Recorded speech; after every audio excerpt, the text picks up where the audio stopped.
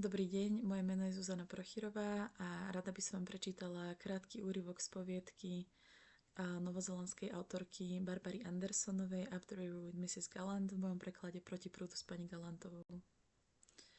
Pán Levis všetkých vyzval, aby ho oslovovali Des. Predstavil aj Arnolda. Pán Kent Arnolda pozdravil. Pani Kentová povedala, že ho rada spoznáva. Pani Gallantová ho taktiež pozdravila. Pán Gallant mu zaželal dobré ráno. Pán Borges zostal ticho.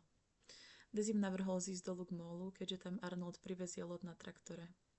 Pani Gallantová sa spýtala, či by pán Gallant nechal auto zaparkované v tieni. Pán Gallant odvetil, že ak dokáže pani Gallantová určiť strom, pod ktorým budete neustále počas nasledujúcich 6 hodín, tak to veľmi rád urobí.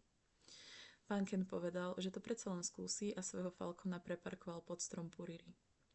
Pani Kentová prezradila pani Gallantovej, že ona a Stan sú z Hamiltonu. Pani Gallantová jej odpovedala, že ona a Erik sú zase z Rotorui. Pani Kentová povedala, že v Rotorui býva jej sesternica z druhého kolena Esme.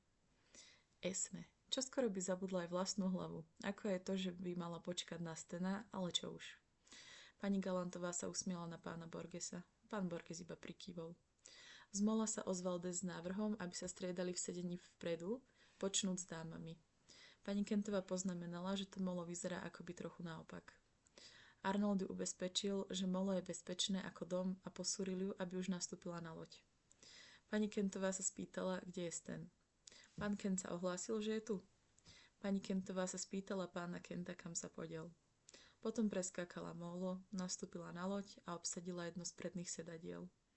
Priznala, že to nebolo príliš elegantné, ale že bude v poriadku. Pani Gallantová ju nasledovala. Pán Kent a pán Gallant si sadli do nasledujúceho radu. Des prezradil, že Arnold je v programe prístupového tréningu a veľmi sa mu darí, ale je veľmi zložité si nájsť 100 hodín času na plávanie sa popri tomto type podnikania. Preto dúfal, že zákazníci nebudú namietať, ak pôjde Arnold s nimi a následne odvezie loď späť kvôli tým 100 hodinám. Pani Kentová poznamenala, že rada kedykoľvek pomôže. Pán Kent len povedal, že dobre teda. Pán Gallant bol zvedavý, nakoľko pasažierov má čln povolenie. Des povedal, že čln je licencovaný pre 7 pasažierov. Pani Gallantová sa usmiala. Pán Borges nepovedal nič. Arnold povedal, že to je správne, nastúpil na loď a sadol si do zadného radu k pánovi Borgesovi. Pán Borges sa usmial. Des naštartoval motor a vzal do ruky mikrofón. Povedal, že rieka má približne 90 míl a nazýva sa Rínom Nového Zélandu. Bola využívaná ako vodná cesta už od čias prvých Maorov. Najrušnejším obdobím na rieke bolo podľa neho koniec 19. a začiatok 20. storočia, až kým nebola dokončená hlavná železničná trať. Po rieke premávali člny, prepravovali sa tisíce tón nákladu aj pasažierov a za celý ten čas došlo len k 2 úmrtiam, čo musel byť istým rekordom. Pán Gallant povedal, že dúfa, že to tak zostane. Des ho vyzval, aby prišiel znova. Pani Kentová poznamenala, že pán Gallant len žartuje. Pán Gallant povedal, že nežartoval. Pani Gallantová ho napomenula. Erik. Ďakujem za pozornosť.